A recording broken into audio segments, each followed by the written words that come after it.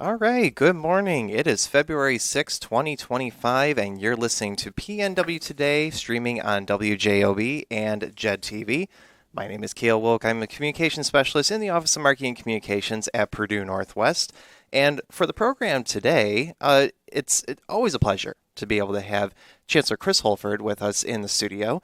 And for this particular program, we're going to be taking a look at kind of a year in review because it has been a little bit more than a year since Chris has been in his role as Chancellor at Purdue Northwest. So, Chancellor, thank you so much for being here this morning to be able to share more about your perspective and what we have to look ahead for in 2025. Well, thanks for inviting me, Kale, to be on. I'm always excited to come in here and chat with you about things that are going on at the university.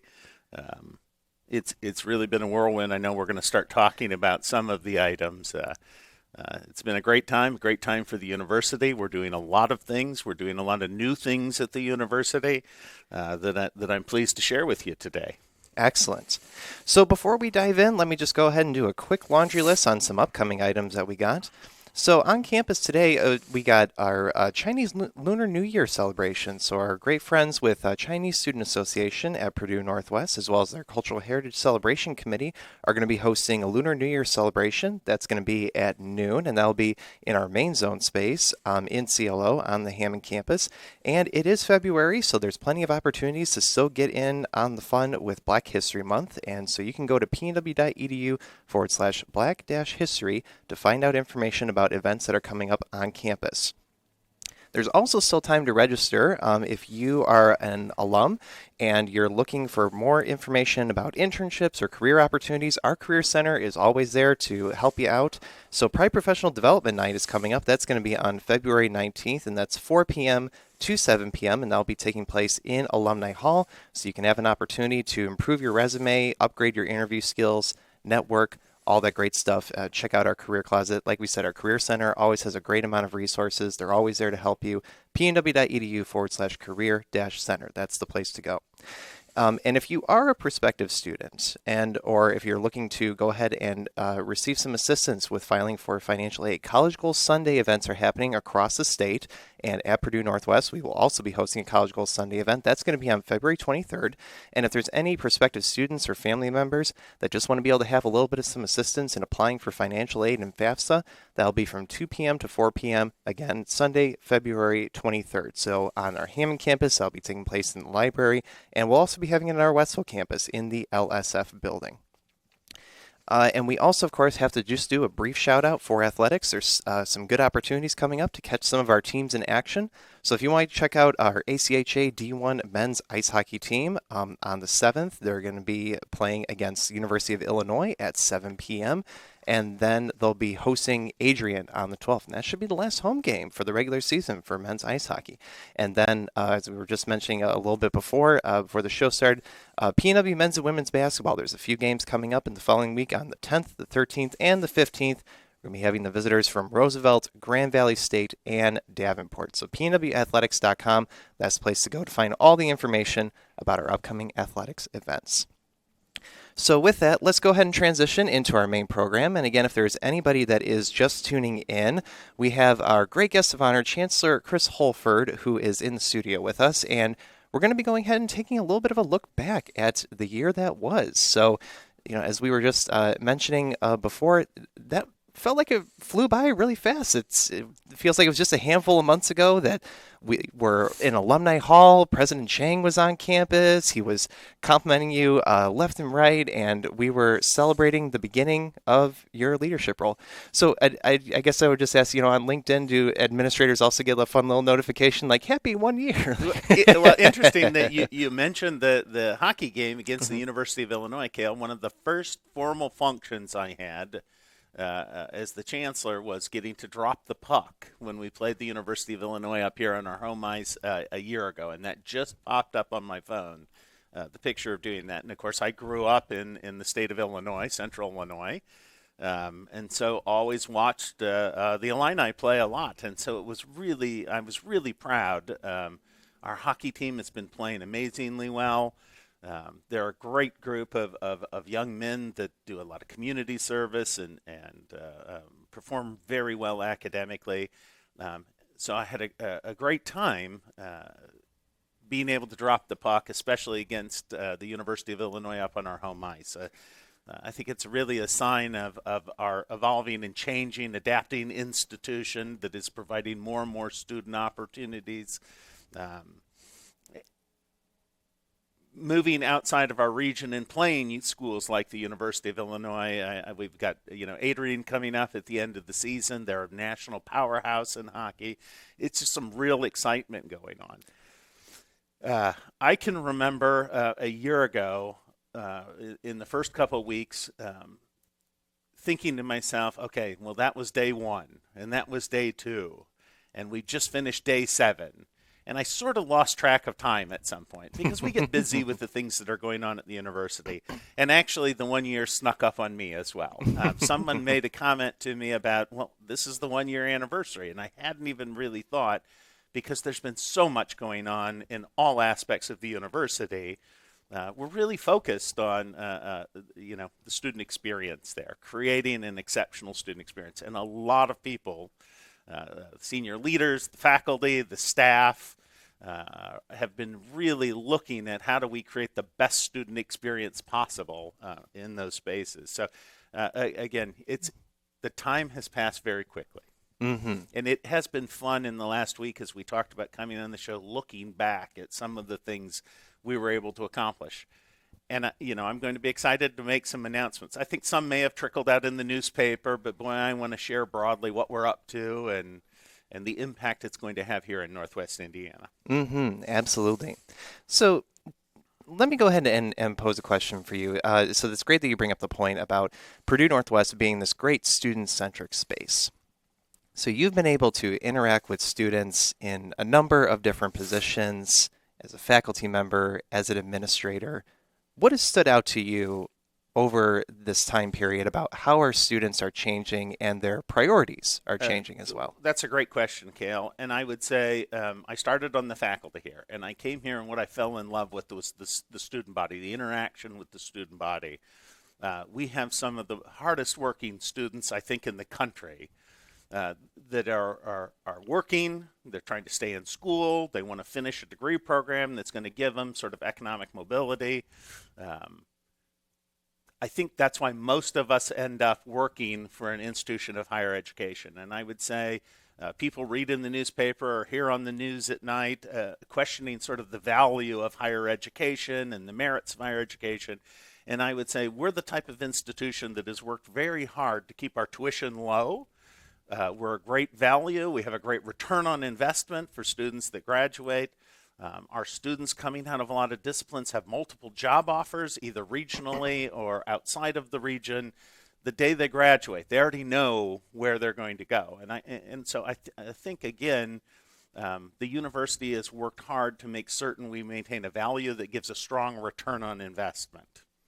Absolutely. So go ahead. Characteristics of students at the university. Again, a dedicated, hardworking student population. I think that some of the changes that happened, in particular post-COVID, is many of the students coming to us today are looking for what would be a traditional college experience. The average age of student attending has been coming down to sort of a traditional college age.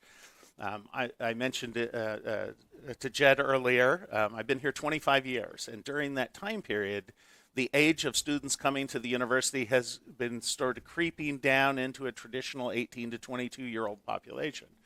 Coming with that, they're also expecting many of the amenities and activities that are associated not with a commuter school, but with a residential type of campus, clubs, organizations, co-curricular activities, intramurals. And so that's been a big point of focus for us. If we looked at designing new buildings and putting things in, high connectivity. We know that every student that walks on campus carries 1.6 devices that are going to connect into the university's internet right away. Mm-hmm. We've created spaces around campus for students to get together in their own social groups, to study carols all over, things that 25 years ago we didn't have at the university. The new buildings are amazing. The renovations that are going on campus all have a student-centric focus. So from the moment you drive onto campus and walk into a building, we're changing the feel of the campus. And you see it with more students persisting around on campus, getting engaged, having a good experience at the campus. Absolutely. Well, and I think if anybody walks around it, just a Hammond campus, for example, if you've had a chance to go into the CLO building and you've seen the main zone, I mean, what a beautiful space that has really turned into. I mean, truly, anytime that I walk by there, there's students that are studying, they're hanging out, there's students, faculty, or staff that are leveraging all the different rooms that abut and are adjacent to the main zone space. It's really phenomenal. And that's a prime example of some of the moves we've made at the university over recent years. That was a building that was sort of a rectangle building with a lot of classrooms in it. There weren't a lot of students sort of utilizing the spaces. I would say most of the hallway spaces were underutilized. Over the last 2 years, we've gone through a two-step renovation of that facility, wall treatments, ceiling treatments that look spectacular, look like waves up on the ceiling, but carving out unique features for students to get together in groups and study, or get together and play cards, get together and have their social activities, club and meeting spaces in that building. So it was a building that students generally just came to go get their lecture, and otherwise would not hang out in that building. And it's become a hub of activity now. You can't walk into that building and not see students spread out all over those spaces. Again, going back to having that great experience at Purdue Northwest. Absolutely.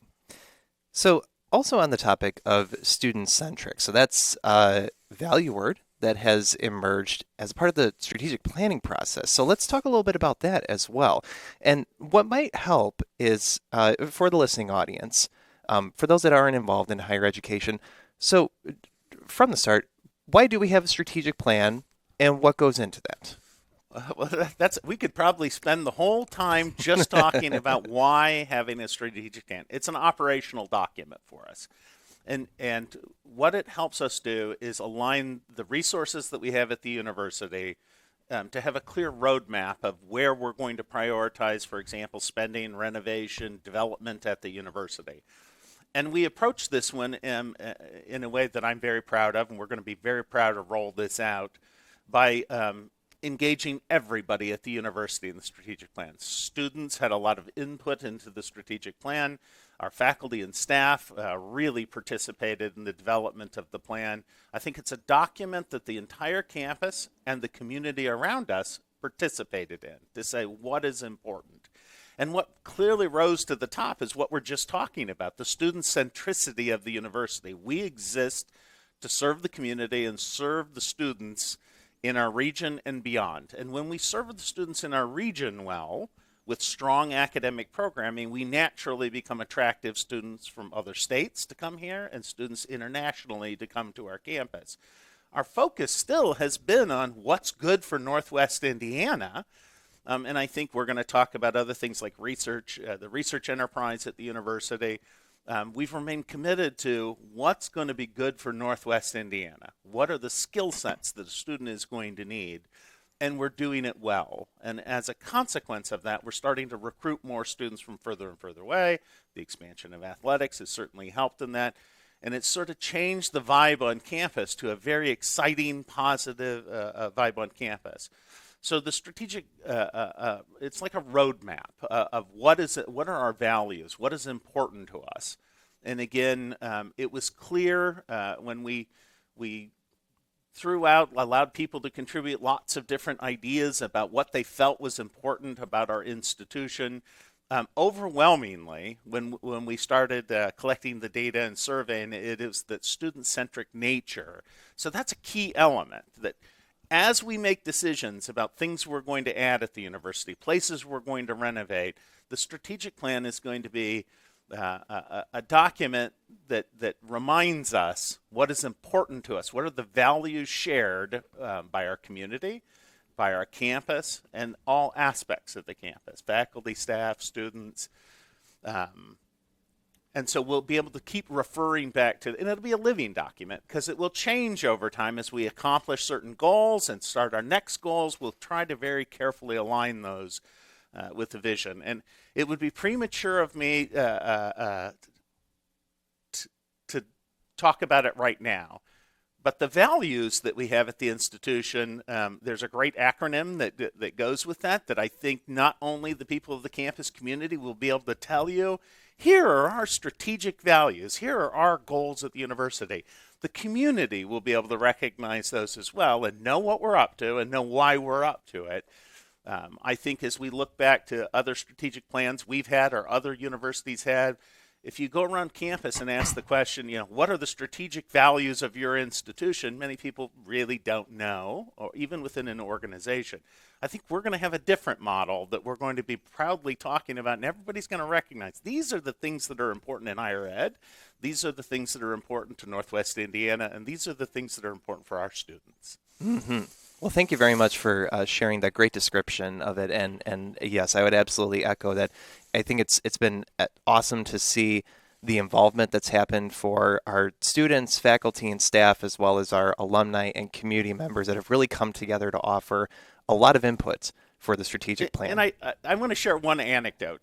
As you go through these strategic planning sessions and you're incorporating people from the community, employees of the university sitting there, I participated in that as well. I had a really good time doing that, talking about why we exist and what's important to us. And I have some really proud moments for that. When we organized tables of about 10 people to start ranking and prioritizing things that were important, the table I was sitting at, we had one of our young student athletes sitting at the table, and that individual was able to sort of stand up and say, these are things that are important to me as a student, and actually did a great job of help facilitating the discussion for the rest of us that are all employees of the university about this is what's important to me. And so that became sort of a central part. What is important to our students? Because many times we think we know what's important, certainly on the academic side of the house, our faculty guide sort of the curriculum and vision of the institution, but listening to a student talk about their experience at the university, the whole table heard that, and it affected the way we talked about what's important to us overall. And again, we had community members coming in, business owners in our local community saying, well, this is what's important to me as I look at potential workforce. Are you training a workforce that makes sense for my business and organization? I want to hire your students. I want them to have these skill sets. So the strategic plan helps us capture all that in a living document that we can refer back to and say, are we meeting the needs of our students? Are we meeting the needs of our community? Are we making a decision that aligns with our values? If we can't answer yes to that question, we probably shouldn't be engaged in. Well, and there's a lot of great information that is available to be viewed online. So pnw.edu/strategic-plan. If you want to go ahead and visit that, that's got a great amount of information about our 2025 to 2030 strategic plan, excellence, evolving, and how that has progressed over time. We're definitely looking forward to the finalization of everything and the implementation. We'll have a final document soon, and that will be available to the entire community around us so that everybody knows what we're up to and what our goals are and what we're trying to accomplish. Excellent. So also looking ahead to the future, let's talk about student housing, because that's another great point of pride where we're going to be having our third residence hall in the future for the Hammond campus. It's been great for us. Cale, there is increasing levels of interest in students coming and having a residential experience. And again, 75 years ago, almost 80 years ago, when the regional system launched, the campuses were mostly commuter campuses, serving people that were working, coming onto campus to advance their education. Over time, we have more and more of a traditional student population expecting a traditional college experience, including the opportunity to live in the dorms. We had over 700 students that were living in our existing dorms, but for the last 3 years or so, we've had more demand for housing than we have housing available, to the point that we've had waiting lists of students to get into the dorms. And this year, I want to thank the president and the board of Purdue for approving us for a new residence hall. Our existing residence halls are really apartment-style housing. They're quads with a full kitchen And we're going to put in a new facility with 150 beds in it that will contain other types of housing, like singles and doubles as well, for students that are wanting to live in their own room and not have an apartment-style arrangement. The dorm won't be on the same side of the street that the current existing dorms are. It is being brought closer to be part of the campus, to have more of an active residential life component directly in the academic corridor of the campus. And again, I think that when people have the opportunity to tour that facility, they're going to see some of our primary goals we talked about in mind. The whole building is being designed around what is the experience a student has when they come. I looked at some of the early renderings of it and thought to myself, I had a residential experience when I was an undergraduate, and it was very small rooms with a couple people in them. We had to bunk our beds so we had enough room to put other things in the room.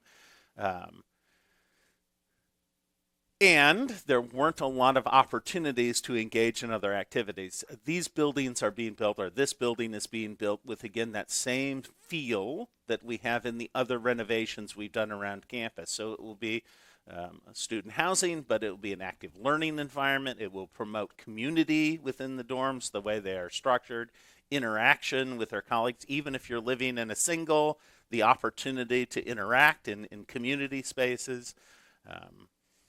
I'm very excited about it, and it's going to go up very quickly. We're expecting these units to be open for the fall 26 semester. So if you're around campus, you'll see us probably within the next months or two starting to trench for the building.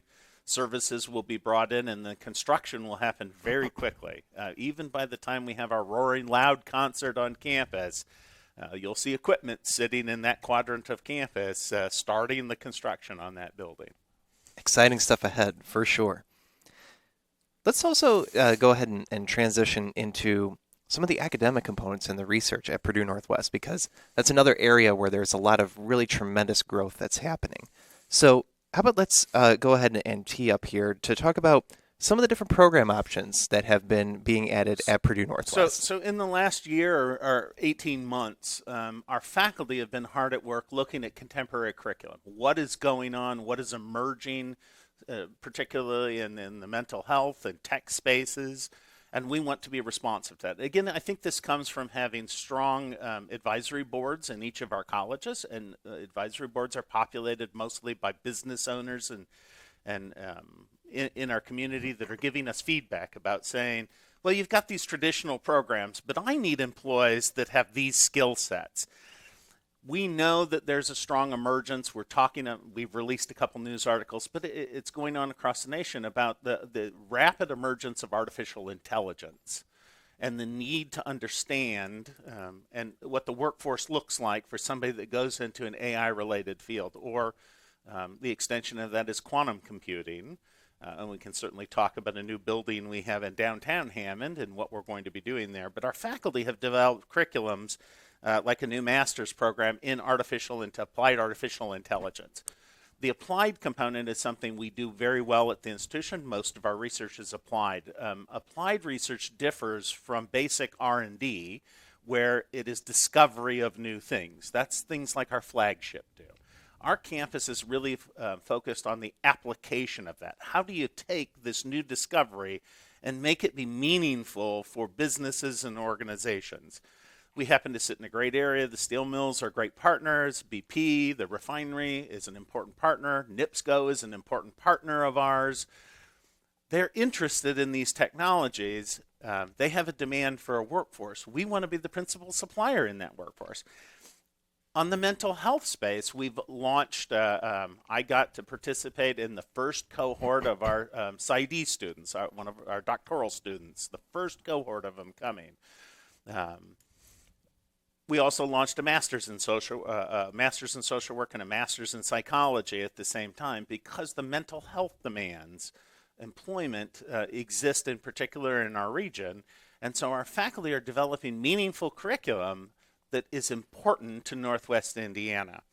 So I mentioned again the addition of the PsyD program, first cohort that is moving through that particular program. That did bring our number of doctoral programs on campus. We're the only regional that really offers doctoral programs at all. That brought us to our third doctoral program. So the university was reclassified by the Higher Learning Commission as a doctoral granting institution, which has been very exciting. If you come to a commencement now, we are graduating our baccalaureate, our undergrad population, our master students, and now we have doctoral students going through their hooding ceremonies at our commencement. So it's made it very exciting as the university continues to evolve and change, trying to meet the needs of employment here in Northwest Indiana at all levels. Absolutely. Well, and I'll go ahead and echo what you were saying. It is exciting to be able to see doctoral students that are among the population on campus. There were just three graduates from the Doctor of Nursing Practice program that got hooded during fall commencement. And it feels like every so often, David McLeeson, College of Technology, is sending me great information about the accomplishments of one of the D-Tech candidates and what they're up to. So it'll still be a couple of years because doctoral programs are longer. It'll be a couple of years until we have our first D-Tech graduate or our first PsyD graduate from the university. Nursing's been around. It was our first doctoral program. And so we're graduating an increasing number of DNP candidates as well. I think another important step that I want to talk about is we've recently been recognized as by colleges of distinction. Mm-hmm. That is not just an award that you buy. There are interviews that are part of that process. People come to campus, look at the type of programming, they meet and ask questions. We were recognized by colleges of distinction, I think, in 4 or 5 different areas. I'll name some of them, but I'll forget some of the other ones, so I apologize for that. But our nursing program, our engineering and tech programs, our business program were all recognized as being very high quality and able to be acknowledged as a program of distinction amongst the College of Distinction. That's something not a lot of universities can boast. Mm-hmm. Let's also talk about sponsor research. I know that's one of your absolute favorite talking points to be able to touch on, sir. So we have 20 research and specialty centers on campus. We have consecutive years of where we're breaking records in the amount of sponsor research dollars that are coming to Purdue Northwest. And just to give an idea, so one of the great things that happened during the fall semester is we had 13 of our faculty and staff members that were recognized with a system award. It was a Acorn Yep. Seed for Success Award, and 13 of them. That's pretty incredible. And those awards were recognizing sponsored research that was $1 million or north of that was brought to the university. Funding that has been brought in for those purposes. So, again, it's something I love talking about all the time. My previous role as provost, one of the things that I was charged with was increasing the quality of sponsored research at the institution, and we've had amazing success. I don't think, certainly in the state, there are other regional campuses that can rise to the same level that we've done in sponsored research activity. We set a campus record last year of new awards totaling about $15.5 million in mostly federal funding coming in for applied research on our campus. And again, the importance of that is we're working with business partners out in the community. It's not basic R&D, faculty sitting in a lab, although there is some of that goes on, development of new technologies. It's the improvement of processes that already exist. And again, I mentioned some of our big industrial partners that collaborate with us on these types of projects. But we set a campus record in about $15.5 million in new awards. Cale, I can't wait till we get into July when we sort of close out to know what we were on the fiscal year. But I can tell you right now our trajectory is we're going to blow that number out of the water this year. So we've seen these 15% increases annually in the amount of research dollars brought into our community, with the vast majority of them directed at companies in the region, helping them operate more efficiently. Big things that we talked about last year were the efforts we play in industry and helping industry operate more efficiently. We've received several large awards from the Department of Energy for decarbonization efforts. We've been recognized and acknowledged for contributions in important fields like cyber defense and cybersecurity through our center there. One of our physicists was also just recognized last year as a fellow of the larger national society of top physicists in the country, one of our longstanding faculty that has brought in a lot of awards in the area of particle physics or high energy physics. She happens to work at Fermilab as well, and also out at CERN, out in Switzerland and France at the Large Hadron Collider that's out there. So we've had a lot of faculty doing amazing things and being recognized not just locally, not just by our system, but nationally. One of our nurses this year got recognized as one of the top nurses in the country through an award that is given out by their body. So it's been a very exciting time, high levels of scholarship going on. And I think the important aspect when we talk about the student centricity of the university, we're one of the few universities where undergraduates have a lot of opportunity to participate in very high-end research that's going on. Many universities, in particular our research institutions, is largely reserved for graduate students or doctoral students that are doing it. At our institution, we have a lot of undergraduate opportunities to engage in nationally recognized types of projects that are going on. I can't think of a more valuable experience, a student that is coming as an undergrad, studying at the university to get their degree, and having an opportunity to work on federally funded projects of certainly statewide or national significance. What a resume builder that is when you go out to get that first job. Absolutely, and I would just certainly echo that, that indeed it is a really awesome opportunity for undergraduate students at Purdue Northwest to be able to get those hands-on research opportunities. There's a lot of skills that they're working on as they're under the wings of our great faculty members, critical thinking skills that are built up, and like you said, that's going to transition very well into the workspace. Cale, I should also mention we've had consecutively over 3 years faculty members that receive Fulbright Awards. Fulbright Awards are awards supported by the federal government for researchers to travel and expand their own experience, and also having the opportunity to work at another university, typically for a year. Maureen Mashaw in our College of Business spent 23 in Finland. She's one of our accounting faculty members. One of our chemists, Dr. Medin Isaaclam, spent 23 at 3 different universities. She has done a lot. She's an organic chemist that is working a lot in chemotherapeutic agents as well as other types of compounds. Most recently, one of our nurses, Dr. Janet Davis, had the opportunity to spend a year at the University of Colombo in Sri Lanka, working on her trade as well. So those, again, are examples of the excellence in the faculty that we have, that they're winning opportunities to take their experiences at our institution to another institution and then learn about what's going on at another institution to advance their science within their fields. Absolutely. Well, also on the note of being able to engage abroad, study away programs have also been a really great component that's been an awesome resource for students to be able to take advantage of, where they have the opportunity for a particular period of time to go along with at least one of the faculty members in a given course.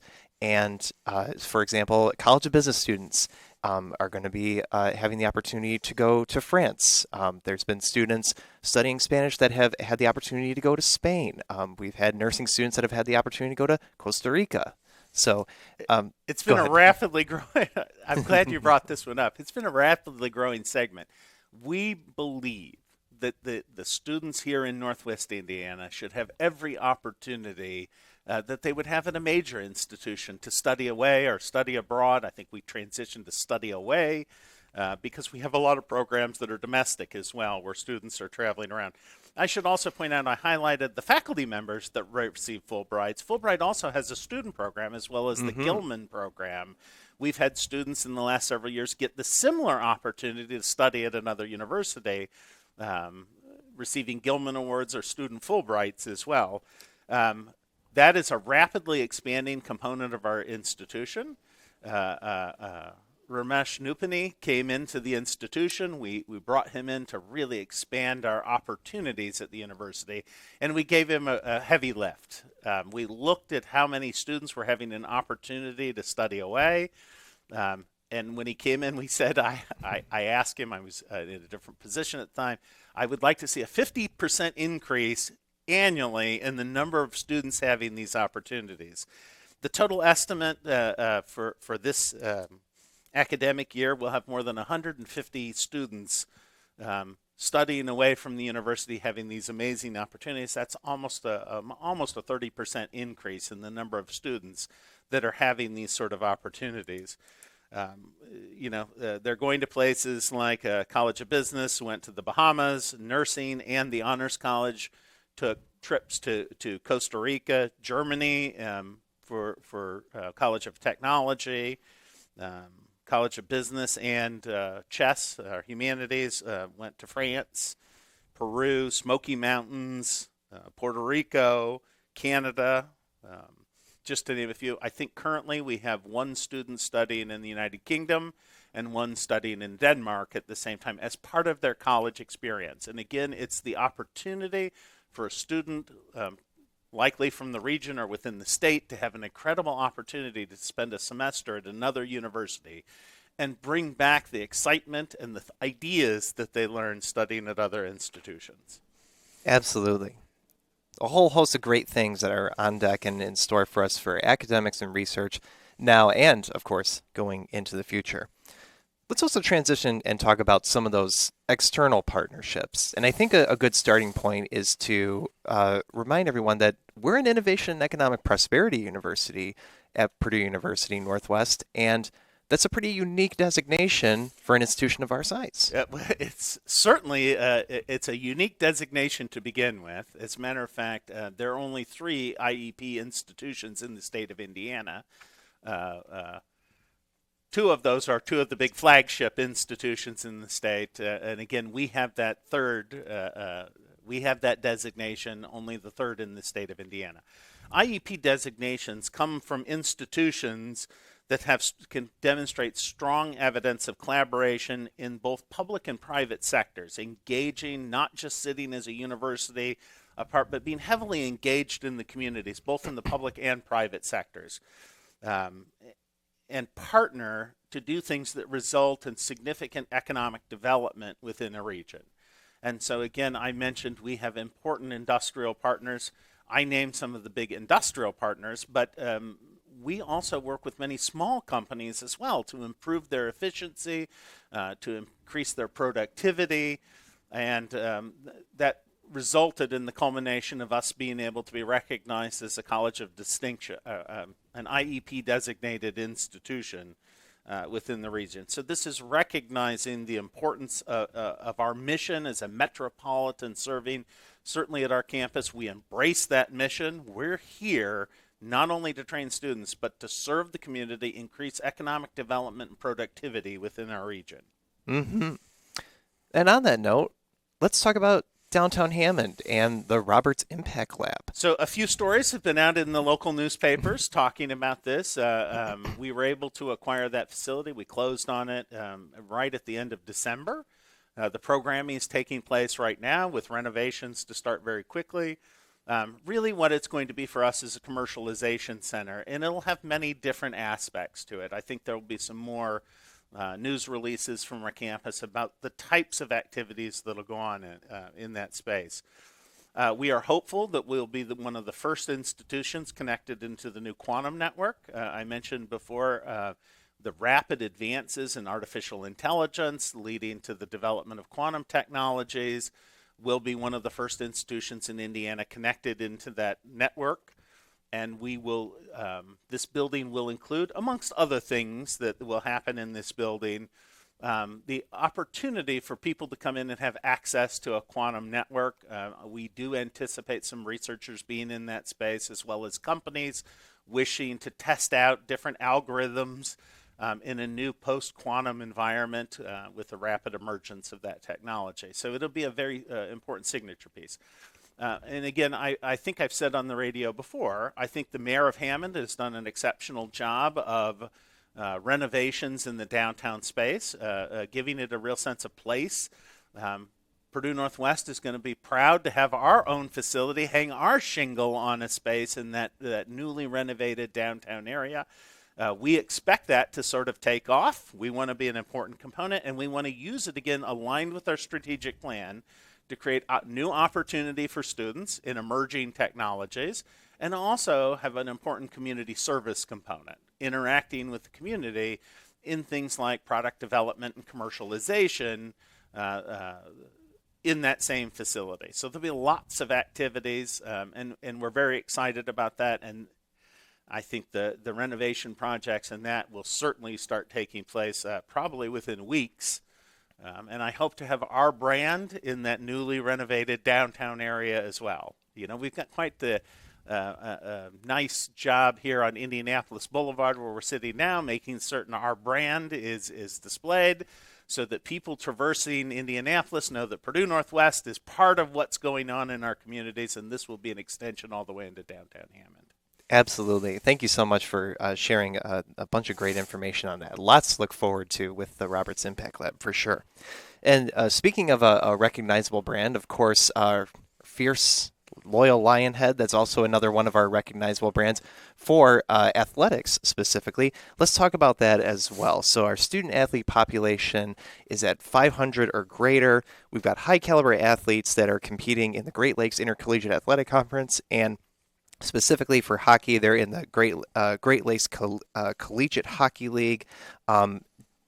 During our recent main event, or even just on the PNW Athletics Today program, we just had 3 of our hockey players that were on who were part of the 2025 Team USA Winter World University Games.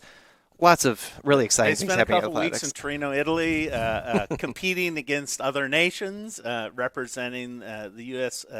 Team USA. What a great experience for them. And again, they bring that sense of excitement back onto campus. Athletics has been very important to us. It's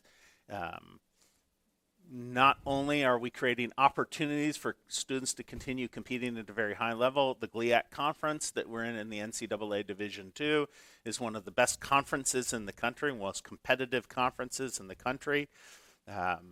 It's been really fantastic for us. Our athletic director had grown athletics up to, I think the fall semester, we had just over 502 athletes. We're looking for an opportunity to expand into other athletic opportunities. Again, most of our sports we're competing at the NCAA Division II. Hockey is an exception. We're competing at ACHA Division I.